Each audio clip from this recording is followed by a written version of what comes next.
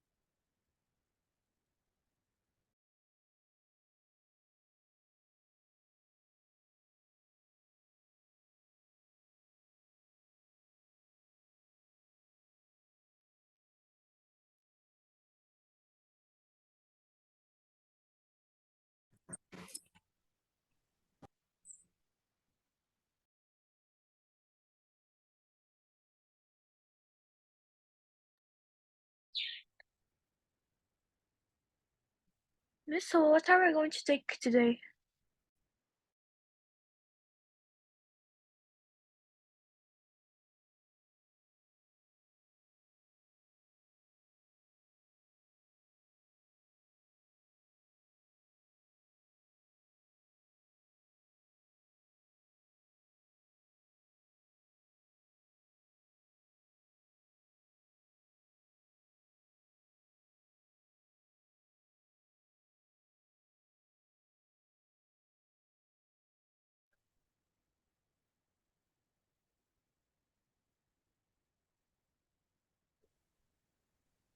Okay, can everyone hear me? Yes. Okay, we will continue to the lesson because we did not finish the lesson, and also we will revise the what is this? These are captions, 1 minute.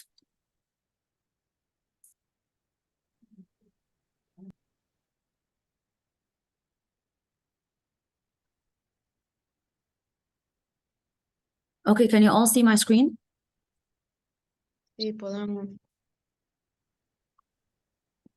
Yes. Yes, ma'am. Yes, ma'am. Okay, give me a second. I'll try to move these captions. There are no captions, yes. Really? Okay. No captions. Okay. Now we will start with artificial insemination and in vitro fertilization. What do we have to finish this lesson? We have artificial insemination and in vitro fertilization and the sexually transmitted diseases. These are the two main points that we did not finish. And then we will revise the menstrual cycle again because we need to look at the graphs related to the hormones. Okay, there are two processes called artificial Is it insemination. my internet ولا? Excuse me? Someone said something? Hello? Okay, if you have a question, raise your hand. Now, there are two processes that are done by couples that cannot have children. Let me open a whiteboard. Now, let's say we have a married couple, and these two couples, they are both healthy, but they cannot have children. Then what do? They will go to the doctor, and the doctor will propose two lines of treatment. Either he's going to ask them to do something called artificial insemination or in vitro fertilization, and you need to know the difference between both. We will start with artificial insemination. Now, the word artificial insemination, we will start with what? Artificial insemination, AI. Artificial insemination, the name speaks for itself. Artificial or A means not natural. Insemination, Nariman, you have a question? Yes, since I just joined, what are we talking about? We're talking about artificial insemination. Again, I'll repeat it again. We will talk about the two processes that are done by couples when they cannot have children. We have two couples, okay? And these couples cannot have children. So what do? They're both healthy. Before you ask me, they're both healthy, but they cannot have babies. So they will go to the doctor and the doctor will propose two lines of treatment. Something called artificial insemination and something called in vitro fertilization. And you must understand the difference between both. Now we will start with artificial insemination.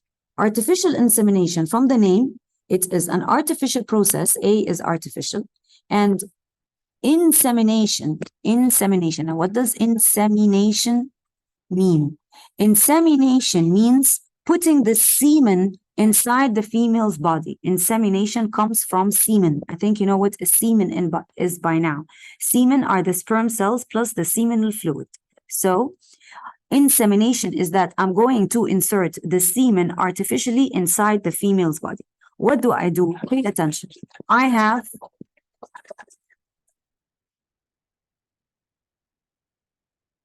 a female and I have a male. Okay, this is my male. And these two couples, they are very upset because they cannot have children. Give me a second.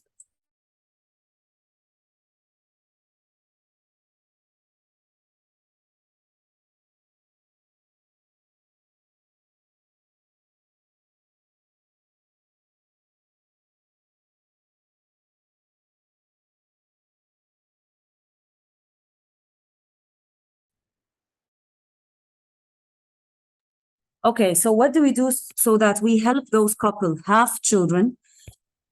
Pay attention. I'm going to get the sperm out of the male. I'm going to ask the male to give me some sperms. So I'm going to get out from this male semen. Okay? And I'm going to take this semen and I'm going to wash it and I'm going to screen it. Now, what does wash it and screen it mean? We know that the semen are the sperm cells plus the seminal fluid. When I wash it, this means that I'm going to remove the seminal fluid and I'm going to screen it. Screen it means I'm going to choose the strongest sperms. I'm going to choose a collection of sperms that are very strong. And where do you think I'm going to take those semen or sperms? Now, get out sperm cells. These sperm cells from the male, where will I put them? Inside the female. Very good. I'm going to inject them inside the female's uterus. Now, very important point here is that I'm going to inject them inside the female uterus artificially. That's why it is called artificial insemination. I'm going to do that not any time of the month. I'm going to do that around her fertile period. Now, who will tell me what is the fertile period? After the ovulation, Very when the good. ovary is waiting for when the egg cell is waiting for the sperm. Excellent. Now, why do I do that? Why do I have to inject the sperm at the right time? Because we want the sperm to find the egg. So this is exactly what is artificial insemination. Artificial insemination and in vitro fertilization, they are different and a lot of students get confused.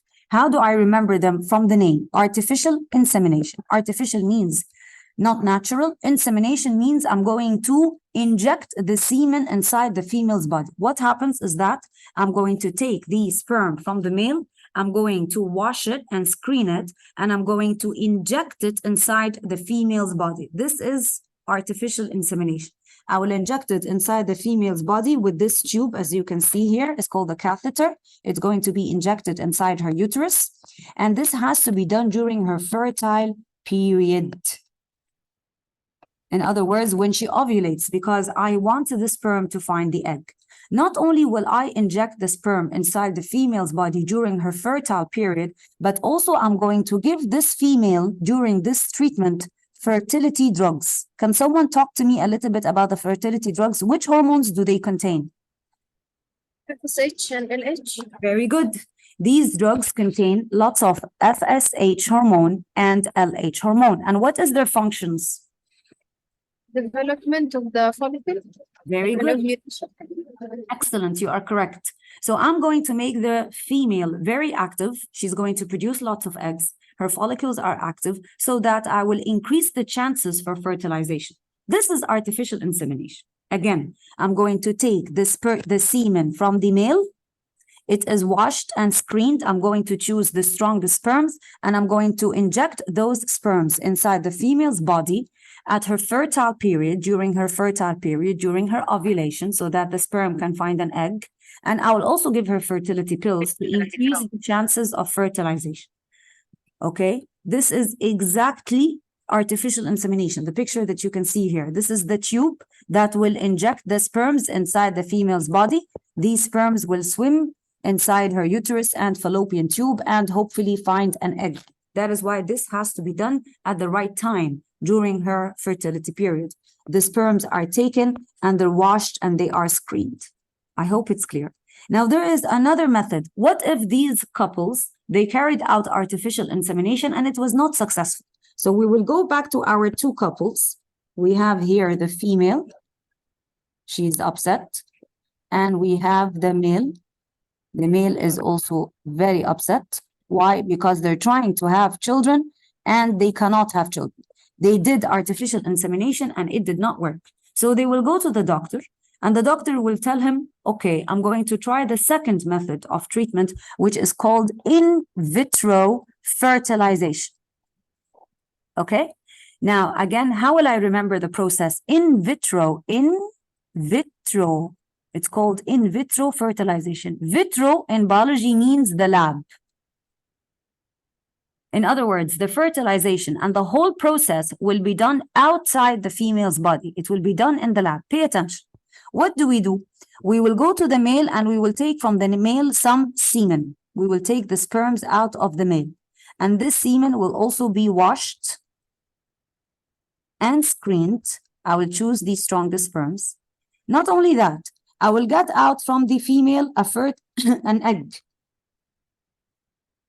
A mature egg. And don't ask me how will I get out the egg. It is an operation. The female will sleep. She will take anesthesia and we will get out from her ovary an egg. What do you think we will do with this egg and this sperm? What do you think? Use them. Fertilize them. Exactly. Excellent. I'm going to mix them together in a Petri dish in the lab outside the female's body. So like you all said, I'm going to fertilize them. But this fertilization will happen outside the female's body or inside the female's body? Outside. Outside the female's body. So I'll take the eggs and I'll take the sperms, okay? And I'm going to mix them together in a Petri dish in the lab outside the female's body. And hopefully fertilization will be successful and I'm going to generate a zygote. Now, this process, scientists are exploiting it and they can play around with things. What do I mean that they can play around with things? I'll tell you. Is that when they take the sperm outside the female's body and outside the male's body and the egg outside the female's body, okay, and they fuse and they make a zygote. Now, they will make the zygote divide into identical zygotes so that they can create several embryos. Not one embryo will be made, several embryos will be made. You know why do they do that? Because they screen the embryos and they choose the embryo that is the healthiest. And sometimes they can do something called designer babies. Designer babies. In other words, they will screen the embryo. They will choose which embryo is a male, which embryo is a female, which has yellow hair, yellow hair, green eyes. They will choose the embryo that will be implanted inside the female's body. After the zygote is made and the zygote is split into several zygotes, and after they screen the embryos and they choose the embryo that they want, they will take this embryo and they will inject it inside the female's body. And of course, it will be injected inside her body when her uterus is thick and she is prepared for implantation. So it is also injected inside her body at the right time. This is in vitro fertilization. They call it in vitro because what does in vitro mean? The lab. In the lab. Outside. Yes, Nariman, you have a question? No. Okay. Again, this is here a diagram that shows you in vitro fertilization. Let's look at the numbers. Number one, I'll get an egg. I'll get an egg outside the female's body. And number two, I'm going to mix this egg with sperm. So I will get also a sperm outside the male's body. The sperms, when they come out of the male body, they have to be washed and screened. They will mix them together. I'm going to mix them together here in a Petri dish. Can you see this Petri dish? Here, I have the egg and the sperm, all this outside the body of the female and the male. And then I'm going to create a zygote, a diploid zygote. The zygote will start dividing by mitosis and dividing some more until it forms a ball of identical cells called the stem cells or the blastocyst. At a certain point, this blastocyst has to be inserted inside the female's body. Of course, the female has to also be ready for implantation, and she will be taking fertility drugs so that her body is ready for implantation and pregnancy. This is the in vitro fertilization. Okay? Now, if I open paper 4 for you, there was a question in year, I don't know which year was that. Let me look at it together.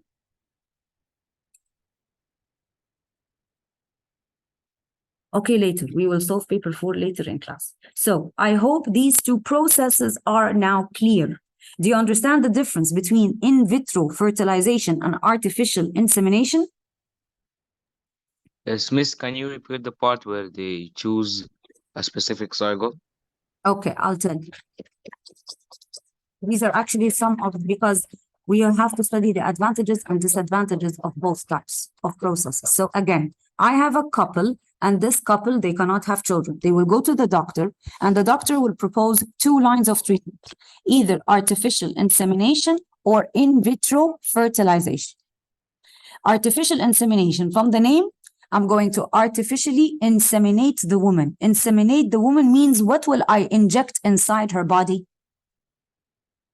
Sperm cells into her uterus. Excellent. So step number 1, I'm going to go to the male, and I'm going to get out from the male? Semen. Very good. I'm going to get out semen. Step number 2, what do I do to this semen? Put it inside the female uterus using Before that, specific... you have to mention this point. Before that, the semen is washed and screened. Screened means I'm going to look at the semen under the microscope, and I have millions of sperm cells. Can it be washed? They are washed, yes, and they are screened. I'm not screened. Okay. I'm going to look at the sperm cells under the microscope, and I'm going to choose the strongest sperms. Some sperms are stronger than others. Okay, I'm going to choose the strongest sperms, and then I'm going to choose a collection of sperms. And what do I do next? Inject it in the female's uterus? Exactly. I will inject that into the female. And I have to inject it at the right time. When do I have to inject it? What is this right The time? fertile. Excellent. When the woman is having her... Very good. During the fertile period, when the woman is ovulating, and also to increase the chances of successful fertilization, I will give her fertility drugs. These drugs, which hormones do they contain? Okay. FSH and LH. Okay, that's it. This is artificial insemination. Is this process clear? Yes. Good. Now this doesn't work. We will go do step number 2. How? It's a little bit more aggressive. It doesn't work. The body of the female did not accept the sperms. Her uterus broke down early. There are so many reasons why she will have a miscarriage. This is not our problem. Now it didn't work. So we will go do step 2, which is a little bit more aggressive, which is the in vitro fertilization. In this process, it's different because I'm going to get out an egg from the female. And what do I get out from the male? Semen. Also, I'll get semen. Okay, my pen is not working as usual. I'll get out semen from the male. The semen is washed and it is screened also. And then I will mix the egg and the semen outside the female's body in a petri dish. This is the egg and this is the sperm. And they will fuse to make a what? Zygote. Zygote. I want you to get used to something. I want you, before you mention the word zygote, always right before it, diploid. Diploid zygote, diploid zygote. You will see it always in the mark scheme that the zygote is always described as being diploid the whole time. So we will create a diploid zygote. This is my zygote. Okay, in order to increase the chances of pregnancy, this zygote will be made to divide in order to create identical zygotes. So I will have identical zygotes. They know how to do that, okay? They will switch on certain genes. They will make the zygote divide by mitosis. So I have now multiple zygotes. These zygotes, they will leave them outside or in the petri dish for a few days. So the zygote undergoes mitosis and forms what? a small ball of identical cells called the stem cells or the blastocyst. At that stage, these identical ball of cells, they will be injected where? The female. Inside the female's body. And again, it will be done during her fertile period, and we will give her fertility drugs so that her body is prepared to receive the baby, and we will wait. We will see if the pregnancy will succeed or not. These are the two types of artificial pregnancies that the couples can adopt if they cannot have children in a natural way. Are the differences clear? Yes. Okay, very good. Now, there is an important objective that they ask you, what are the social considerations to put in mind or the social issues to consider? In other words, what are the advantages and the disadvantages of these two processes? Let's look at the advantages first. Before looking at the list, why would any couple adopt this strategy? What does the couple want?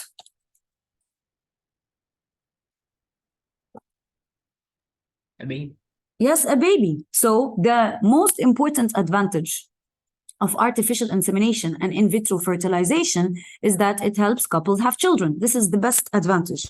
Okay. Another advantage is that we create a lot of zygotes by the in vitro fertilization, specifically in vitro fertilization. And these zygotes or embryos can be used in research. Okay. Another advantage is that before we inject the embryo inside the female's body, this embryo can be screened for genetic defects because we said that we will create a zygote. This zygote will be allowed to divide by mitosis to have several zygotes. I will choose which zygote is the healthiest and I'm going to inject it inside the female's body. This is an advantage because now I'm going to reduce the chances of any genetic defects and genetic diseases. People will have children. This is the most important advantage.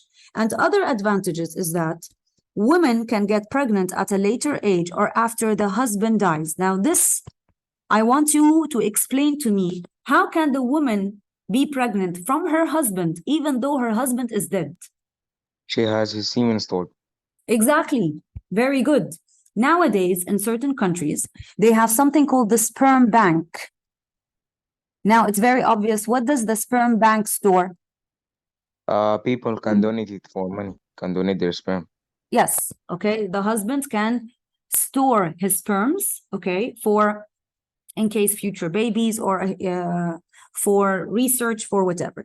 And spare embryos, these embryos that are extra, they are saved or they're frozen for the future in case the first transplant did not work. Now, I want you to understand something, that the advantages here can be disadvantages. What do I mean? Some countries, like Islamic countries, some countries around the world, they completely forbid in vitro fertilization. Can you guess why? It's not allowed. Because people will not get married. Okay, this is one reason. They have so many reasons why in vitro fertilization is not allowed in some countries. Also increase more single mothers. Exactly. So that the biological father of different children can be all around the world. You are all Amazing. correct. You are all correct. Like something like this is not allowed in Saudi Arabia, for example, because of the reasons that you mentioned. Number one, what's this called? It is not ethical in some countries. These embryos can be used for research and they can be used for wrong purposes. And these spare embryos can be damaged or they can be killed or they can be misused because these embryos, these are considered human beings, they're future babies. So I will freeze them. Who gave you the right to freeze them? There are a lot of views here and a lot of debate concerning that matter. You can give it to another parent or the mother, she can be a single mother, like one of you said, and she wants to have children. So she's going to go to a sperm bank and she's going to buy a sperm. So a lot of countries think that this is not ethical and this is not related to our religions and standards. So in some countries, they assume that this is not ethical and it is not accepted. Okay, now let's look at the disadvantages. It's expensive, of course. Yes, yes, my dear. Miss Yes. can I'm listening. sorry. So could they use it like to mutate the children or something like that? Mutate, I never heard of that before, but the zygote, as long as it is under the responsibility of a doctor or a clinic, they can do whatever they want. They can do this zygote is a cell, yes, but it's a future baby. They can damage it, they can kill it, they can use it in research. And this is the unethical part. They can try on this zygote several medicines, research. And this research can be good, can be bad. Okay? So let's look at the disadvantages. It's very expensive. Not all people can afford something like that. It's too expensive. Of course, number one, it will result in multiple births because we put inside the mother's womb several embryos because in case one of them do not succeed, the other might succeed. Or what if the three of them succeed, then she will have 3 children. Some people think that working with embryos is not ethically acceptable. Sperm banks can contribute to children with anonymous fathers. We don't know the fathers, or they have a name, but they're all around the world, like one of your friends said.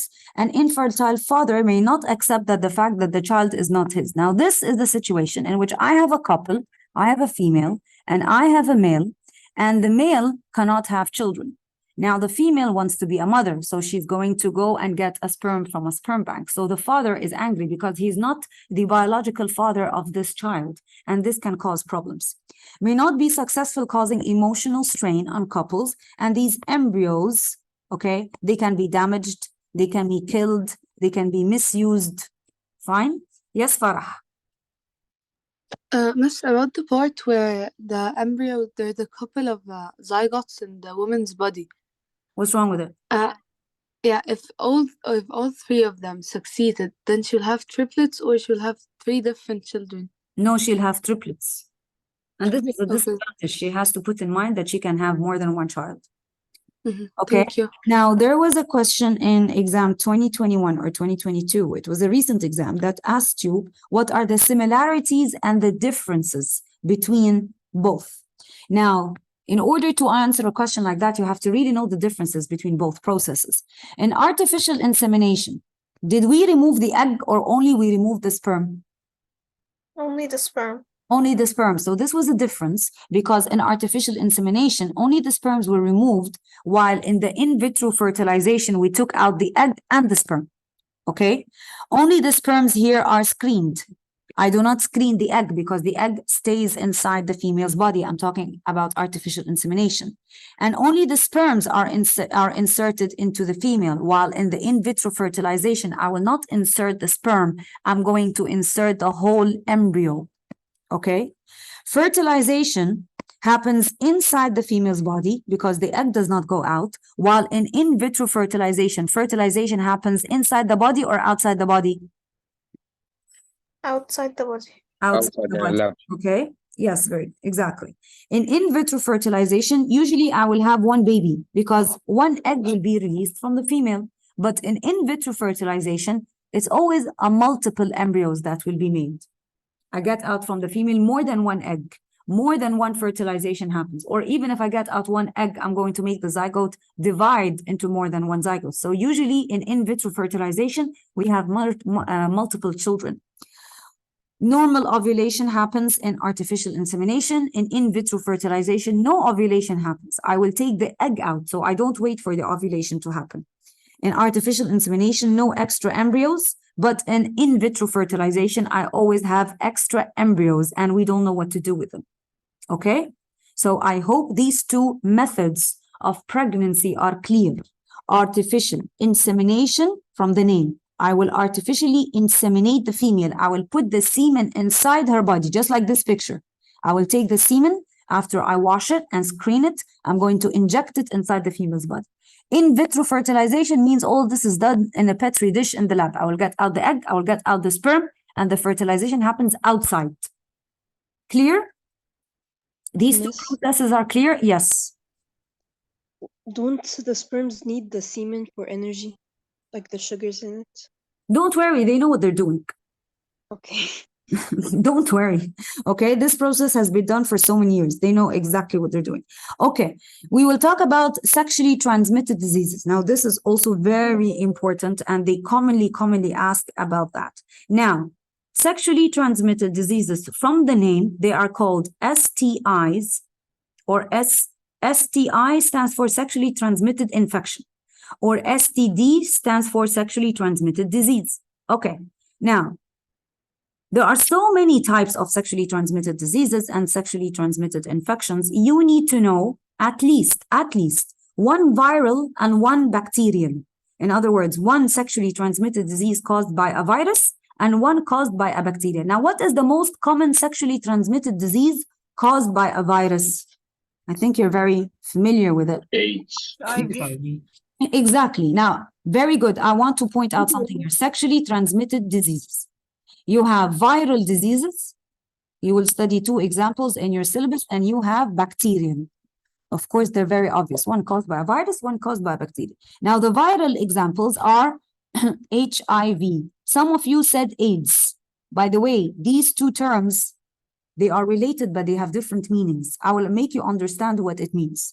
HIV stands for the human immunodeficiency virus. Don't worry about it now. We will study it again in the lesson disease and immunity. If, God forbid, you are infected with the HIV, you will be called HIV positive. You will not be called an AIDS patient. You will be called an HIV positive patient. Why? Because the HIV, after it infects the human bodies, it remains dormant for several years. Now, can someone guess what dormant is? Not active? Exactly. It will remain inside your body, yes, but it is sleeping. It is dormant. It is not making you sick. So you can be HIV positive, but you look healthy. And this is very dangerous. Why is it very dangerous? Disease is not detected? Exactly. It's not detected. You look nice. You look healthy. You are carrying out your life normally. So you can spread the disease. You are contagious. At this stage, you are contagious. Okay? After the disease... Doctor? Yes, let me finish. After the disease starts making you sick... After the disease starts making you sick, now you are called an AIDS patient. So an AIDS patient is a patient that is showing signs and symptoms. The disease shows on you. You are sick, you're tired, you're very thin. All the signs and disease and the symptoms show on you. But before the signs and symptoms show on you, you look nice and healthy and you're carrying out your life in a normal manner, but you are HIV positive. In that case, you are dormant. But you are very dangerous because you can spread the disease. You are contagious. So that's the difference between HIV and AIDS. HIV is the name of the virus, a human immunodeficiency virus. When you are HIV positive, this means that you are infected with the virus, but you will look healthy. And this case is very dangerous because you can spread the disease around. After months, years, it depends on your immune system. When the signs and symptoms start to appear on you, now you're called an AIDS patient. You are actually sick with the disease. Okay, someone had a question?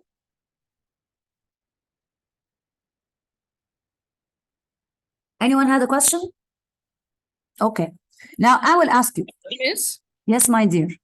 If a baby was born having the HIV, it was transmitted to him. Yeah, can you please wait about the baby part? I'm going to come to that part soon, how Okay. HIV is transmitted. Now tell me, AIDS, does it have any treatment? No. No treatment for AIDS and no vaccine for AIDS. And we cannot treat AIDS with antibiotics. Who can tell me why? Because it's a viral infection. Exactly. Antibiotics only kills bacteria. You are all correct. Amazing. It kills only, yes, my dear. Does HIV grow in your body? Grow? What do you mean grow? Yeah, does it grow in your body, inside your body? Viruses don't grow. We took this before. Viruses reproduce only. Viruses, okay. once they enter your body, yes, it reproduces when it becomes active. Okay, so I think we understand very well what HIV is. It has no treatment. Now, the very important question, how is it spread? And how do we avoid it from spreading? We will not only talk about HIV, we will talk about sexually transmitted diseases in general. Any disease that is transmitted through intercourse, number one, how can we prevent it spreading? Number one, is what we are doing now. Now you are being educated. You are being aware that sexual interactions can give you diseases. So this is called education / sexual awareness. When students are educated in school that sexual relationships can give them disease, they will be careful. So this is one method to prevent HIV. Number two, using protection during sexual intercourse. And there is only one method that you need to know, something called the condom. I'm going to show you a picture of that. This is a plastic cover that covers the male organ during intercourse so that the male and the female organs don't come in direct contact. And this condom provides two functions. Number one, it prevents having babies. So it is a means of contraception. Number two, it protects against sexually transmitted diseases. Because you will see several questions that ask you, how can you prevent the spread of sexually transmitted diseases? Number one, sexual awareness, education. Number two, having protected intercourse. Using, for example, Yes. I have to give an example. Yes. Are there diseases in the semen? Yes, of course. HIV is in the semen. We will talk about the spread of HIV. HIV is found in body fluids, and it is found, that is why it is a sexually transmitted disease. It's a blood-borne disease, and it is a sexually transmitted disease. Just be patient, one by one, okay? So you have to protect yourself. If you have sexual relationships, several sexual relationships, and you want to protect yourself, you can use a condom, okay? Point three, another method or another way to protect yourself from sexually transmitted diseases, which is transmission here, okay? This is a very important slide. You will have it in your notes. How can you prevent yourself, or this is transmission. How can I prevent myself? Okay, where is it? You'll find it somewhere. Also, to avoid sexual relationships with people that are known to be at high risk of sexual transmitted diseases. Okay? Now, the transmission of HIV. Also, sexual awareness. When you know how it is transmitted, you will try to protect yourself. HIV is described as two types of disease. It is a blood-borne disease, and it is a sexually transmitted disease. What does blood-borne mean? Found in blood. Found in blood. So you can have HIV from infected blood, coming in contact with infected blood. So how will the HIV be transmitted? If you are sharing needles, if you decided to take drugs, this is your decision, but don't share needles, because sharing needles spreads any blood-borne disease, including HIV. Sexual intercourse, of course, will spread HIV because it is a sexually transmitted disease. Not practicing safe intercourse, like we said, not using condoms. This increases the risk, greatly increases the risk of sexually transmitted disease. If you come in direct contact with infected blood, how can you come in direct contact with infected blood? And by the way, this is common. Don't think that this is not common. If you go to a dentist, and this dentist, he is using instruments that are not clean, they're not sterile, this dentist can give you HIV. If you go and do any surgery, and in the surgical room, the instruments are not sterile, these surgical instruments can give you HIV or any other blood-borne disease. This HIV is transmitted from the mother to the baby during delivery through the placenta. The placenta does not provide 100% protection, we know that. During breastfeeding, so HIV can be spread through intercourse or through any contact with infected blood, okay? How can you prevent that? Don't share needles, don't have random sexual intercourse with partners that are known to be at high risk of sexual infections. Use condoms. You have to make sure that any instruments that you are using at the dentist or any surgery, that they are sterile. If a mother has HIV, she can avoid having children so that she does not transmit the virus to her children. Okay, methods of HIV transmission from the mother to the baby: during pregnancy, blood contact during pregnancy, during delivery, and during lactation. During pregnancy, it will cross the placenta. Any questions up to now? Miss, Yes. but if you want a baby, you can't use a condom, right? If the father has HIV and the mother doesn't, yes, the father can use a condom. But if the mother has HIV, no, she will definitely infect her baby because Okay. it will cross the placenta. Okay. Now, how? Miss, excuse me. Yes. What does the AIDS does to the body? Look, I was just going to answer this question. The effects of HIV on the immune system. We will study it in 2 lessons. We will study it now and we will study it in the lesson diseases. In the lesson diseases, we will study HIV and cholera and other diseases, okay? Now, what does the HIV do to your body? I'll tell you. Didn't we study that we have 2 types of white blood cells? We have phagocytes and the lymphocytes. Yes. Okay, and again, we will study immunity and we will study these 2 cells in details. One of the white blood cells, in case you forgot what's a white blood cell, it's a cell of the immune system. It's a cell that attacks your bacteria. These white blood cells, the lymphocytes specifically, they produce a protein called the antibody. This antibody kills the viruses and the bacteria. The HIV destroys the lymphocytes. So it destroys a very important cell in your immune system. So you have very, very poor immunity. You have no immunity. You can die from the flu. You can die from any random disease. You don't even need to die from the HIV itself. So what is the effect of the HIV on the body? It destroys your immune system. Your immune system is completely destroyed. You're very weak. Any disease can kill you. What exactly does it destroy in your immune system? It destroys your lymphocytes, a type of cell, a type of white blood cell called the lymphocyte. Okay, that's it. This is what it does in short. Of course, there are so many other things, but you're still too young to take them. So what does the HIV do to you? It destroys your immune system and it destroys your lymphocytes. You become very weak and you can die from any common infection. Did I answer your question? Yes, thank you. You're welcome.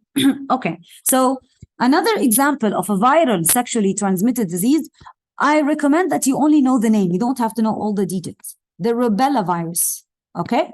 This also came in one of the questions in 2021 or 2022 exam. Rubella is a disease. It's a viral disease that is also transmitted via sexual contact. And it is also transmitted from the mother to the baby. So all the girls, all of you, by the way, all the girls here in this online, when you were young, you were vaccinated against the rubella disease, so that you have antibodies against the rubella virus and you do not get the disease when you grow up and you do not give it to your baby, okay? So the rubella is called the German measles. The baby is born with rash all over his body and it can cause mental retardation and there is no treatment.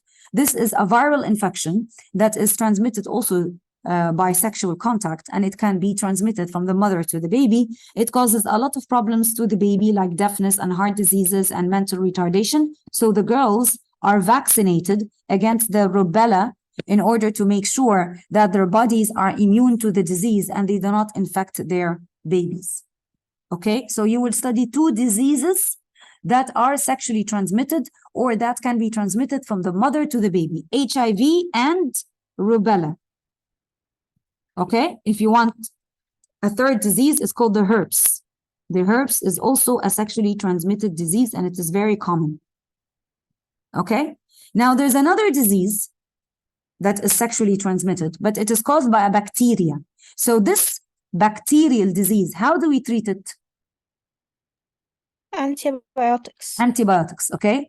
This disease is also very common. It's called the syphilis. And the syphilis causes horrible rash all over the body, especially at the genital organs. Look at this rash. And it affects the nervous system if it is not treated. In the late stages of the disease, it causes neurological and heart problems. It causes paralysis and it affects the nervous system. But it is easily treated with antibiotics because it is a bacterial infection. Another bacterial infection is the gonorrhea. The gonorrhea is another infection caused by sexual contact, okay? It's a bacterial infection. And how does it look like? It causes very painful discharge from the genital organs in the males and the females during urination, okay? It's easy to treat because it's bacterial, so we treat it with antibiotics. So we are talking about sexually transmitted diseases that are transmitted through intercourse. You studied 2 viral and 2 bacterial. What are the 2 viral? HIV. Yeah, rubella. HIV and rubella. And rubella. HIV is the most important. Focus on HIV. They love HIV. They ask HIV in this lesson, and they also in the lesson immunity and disease. Bacterial so you have to study how the HIV is transmitted, how to protect yourself, how is it treated. There is no treatment, of course, etc., etc. Bacterial infections. What are the 2 bacterial infections that are transmitted through intercourse? Gonorrhea. Yes, the gonorrhea and syphilis. Syphilis. And the syphilis, okay? The syphilis produces rash, like this picture, and nervous problems. And the gonorrhea produces a very painful discharge from the male and the female, greenish discharge that is very painful, and they're treated with antibiotics. Now, this is important. This is what I was looking for. How to control the spread of sexually transmitted infections. Okay, so you have 7 points here. You can memorize half of them, all of them. It depends on how much you can memorize. Number 1 is what we are doing today, spreading awareness by educating people. Now you are being educated. In the biology class, you are being educated. Yes, Ziad? Miss, what is a femidome? I'll tell you how. Be patient. Okay. Doctor, Yes, my dear. I have a question about HIV. Okay. You said it's bloodborne, right? Yes. If it's bloodborne, why can't we use something like chemodialysis to get rid of it, or dialysis? Do you know what chemodialysis is anyway? Yes, for leukemia, it's when patients who have leukemia, they get chemodialysis machine to filter their blood or something.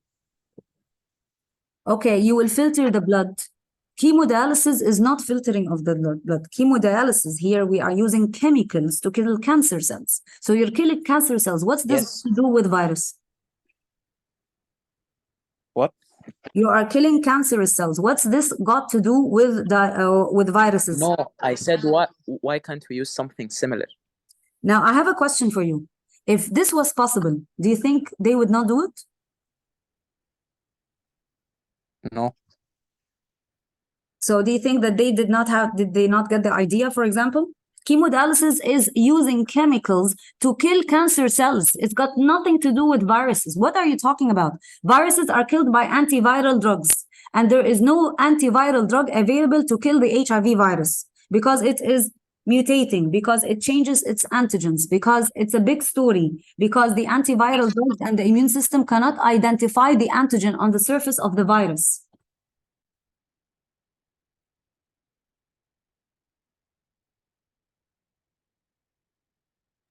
Okay. When you ask a question that is related.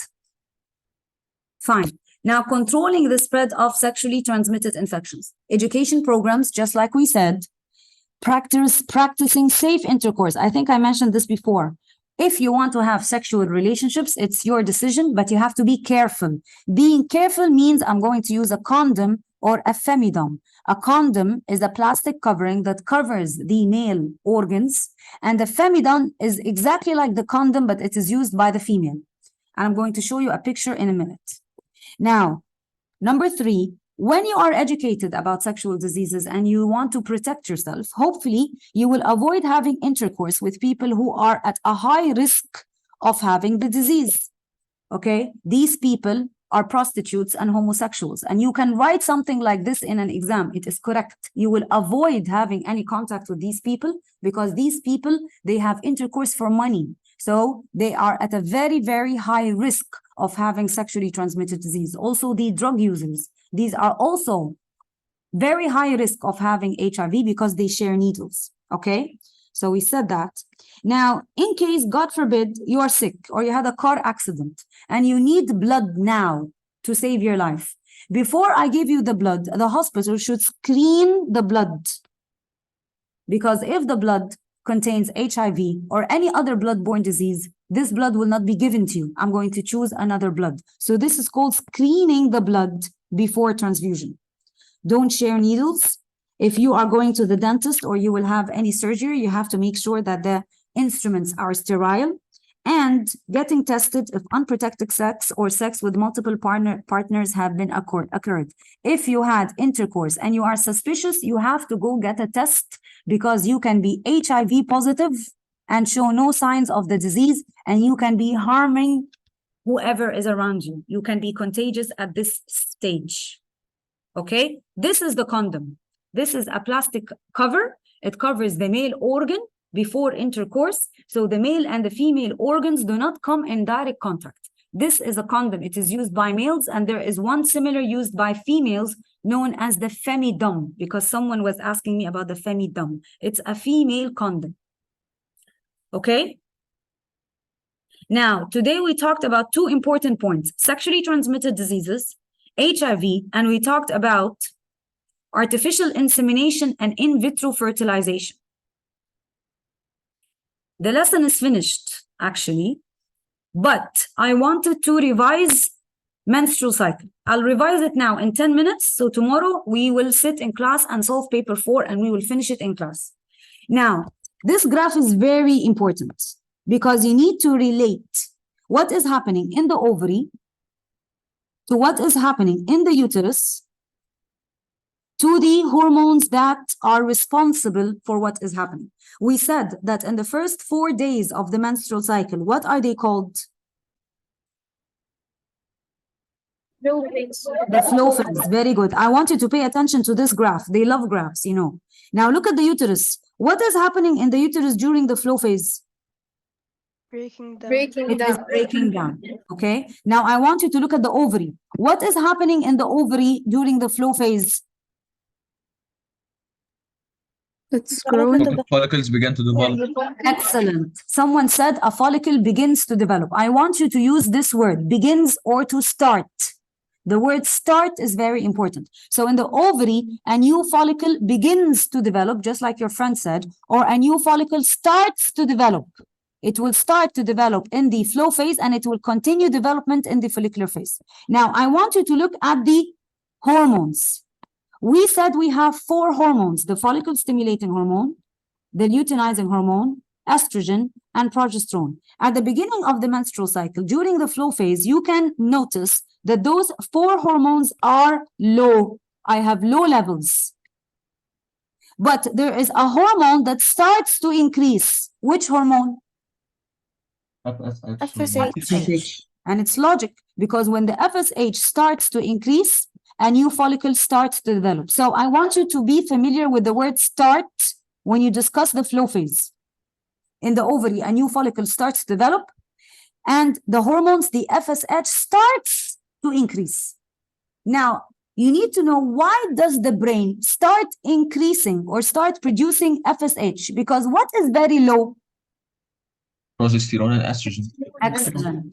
Excellent. So the FSH starts increasing in response to low levels of progesterone, because low levels of progesterone means that you're not pregnant, means that the uterus is breaking down. So I hope the flow phase is 100% understood. Very good. Now we will start production of the follicle in the flow phase, and it will continue in the follicular phase. So look at the ovary. What is happening in the ovary? It grows. What did you say? It grows Development and of the develops. follicle? Very good. Follicle. The follicle will continue growing. It started in the flow phase, and it will continue growing in the follicular phase. I want you to look at the uterus. What is happening to the uterus? Getting built up. It's Excellent. rebuilding. It's building up.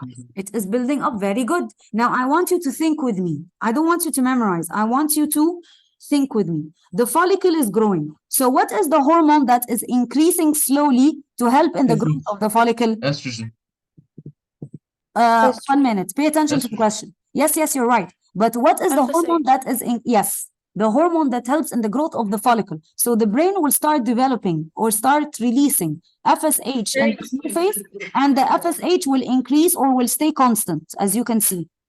As the follicle is growing, What is being released from the follicle? Someone said it. Estrogen. Very good, estrogen. So during the follicular phase, you have two hormones that are increasing together. I have an increase in the FSH, or a constant rate of FSH, because FSH is needed for the continuation of the growth of the follicle. And as the follicle itself is growing, estrogen is increasing. Look, the estrogen is the green line. It is increasing, increasing, increasing, increasing, increasing, increasing, until it reaches what? Peak levels, maximum levels. When the estrogen reaches the peak level, this tells the brain what? You start secreting the luteinizing To hormone. ovulate. Yes, when the estrogen reaches maximum levels, the brain understands that now the follicle is ready for ovulation. But the brain has to give permission. Give me a minute, Ziad. The ovary will not ovulate except when it takes permission from the brain. So the brain releases another hormone to help in ovulation. What is the name of this hormone? Luteinizing hormone. Luteinizing hormone. So this graph is very important, because you can be asked to explain and describe the graph.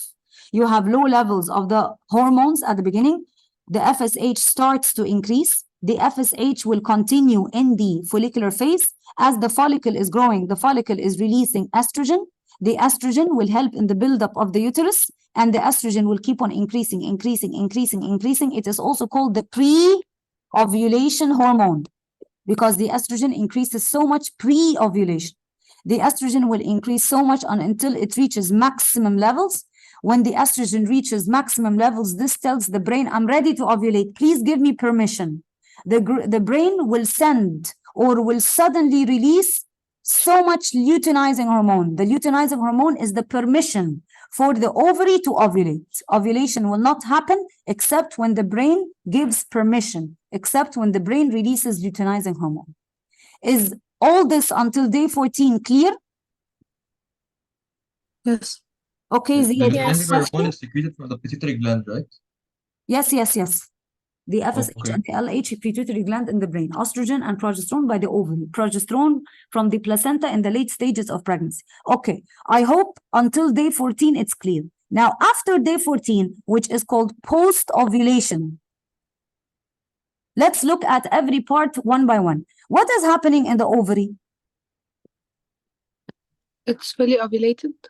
Yes, the egg is released. What happens to the follicle? The follicle will change to what?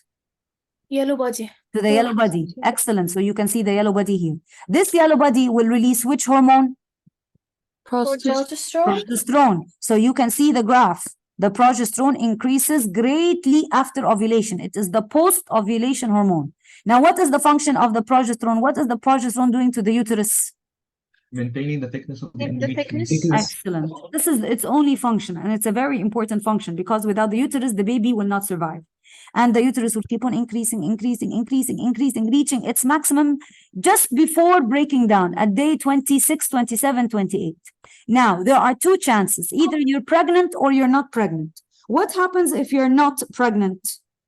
What happens to the yellow Breakdown of body? endometrium. No, no, the The uterus endometrium. starts to break down again. You are all correct. If you're not pregnant, as you can see, the yellow body, see, it will break down. If it breaks down, the progesterone levels will drop. The brain will know that I'm not pregnant. And when the progesterone levels drop, the uterus will start breaking down again and will go back to the flow phase. And the brain will start releasing FSH again, and the cycle will be repeated. Now, what if you are pregnant? Will the yellow body be broken down? No. No. The yellow body will keep on producing progesterone until who takes over? Yeah, that's it. The placenta. Okay. The menstrual cycle, it's very important to understand it. Fine? Now the hormones, just summarizing where they are produced from. Follicle stimulating hormone and the LH, it's produced from where? Brain. The brain, pituitary gland in the brain. Estrogen and the progesterone. Estrogen is produced from where? Uterus. Ovary. Ovary, not the uterus, the ovary. The progesterone during the menstrual cycle, it is produced from where? Center. Early stages of pregnancy. Progesterone produced from where? Someone said ovary, or I am assuming. In the late stages of pregnancy, what produces the progesterone? Placenta. Okay, very good. Did I miss anything? Yes, there was a question asking, why is the placenta very good for the exchange of materials? How is it adapted? What do you think? It was a suggest question, but I added it to the notes because I saw it in one of the exams. Why is the placenta very good in the exchange of materials? Why is the placenta very good at its function, in other words? Has a lot of blood capillaries and Yes, it does have lots of blood capillaries. You are correct. Because What it else? protects the mother and the baby. It provides protection. It helps in the exchange of materials. Let me just open to make sure. Yeah, how the placenta is adapted for diffusion. You know that the materials are exchanged by diffusion. Diffusion. It has a large surface area. It has lots of capillaries, many capillaries, which provide a large surface area. And it has very thin walls, again, for fast diffusion. All the factors that help in diffusion. Very thin walls. Materials move from high concentration to low concentration. I think this part I did not mention. The placenta, by the way, do you know that the placenta comes out with the baby after the baby is delivered? Okay, this placenta is also delivered after the baby. It is called the afterbirth. Afterbirth. They called it afterbirth because it comes out after the baby and the umbilical cord is cut. We cut the umbilical cord and we tie it, and don't worry, it does not hurt the baby because it has no nerve cells, only blood vessels. That's it. I think everything is mentioned. Sometimes you are asked to summarize the functions of the placenta. The placenta, we know, tell me, what are the functions that we took? Produces It transfers food and minerals. Very The good. baby It helps in the provides exchange of protection. material. Very good. And protection. What else? It produces which hormone? Progesterone during the Mainly- pregnancy. It produces estrogen and progesterone, but mainly progesterone to maintain the thickness of the uterus during pregnancy. Okay. Now, if you want to not have babies, contraception, I will take a pill that is high in progesterone or high in FSH and LH. High in progesterone. Someone said FSH. I don't want babies. No babies. I High hate in progesterone. Okay, high to protect the progesterone. brain, right? Yeah. Okay. Fine. Now, any questions? I will meet you tomorrow. We will not start a new lesson.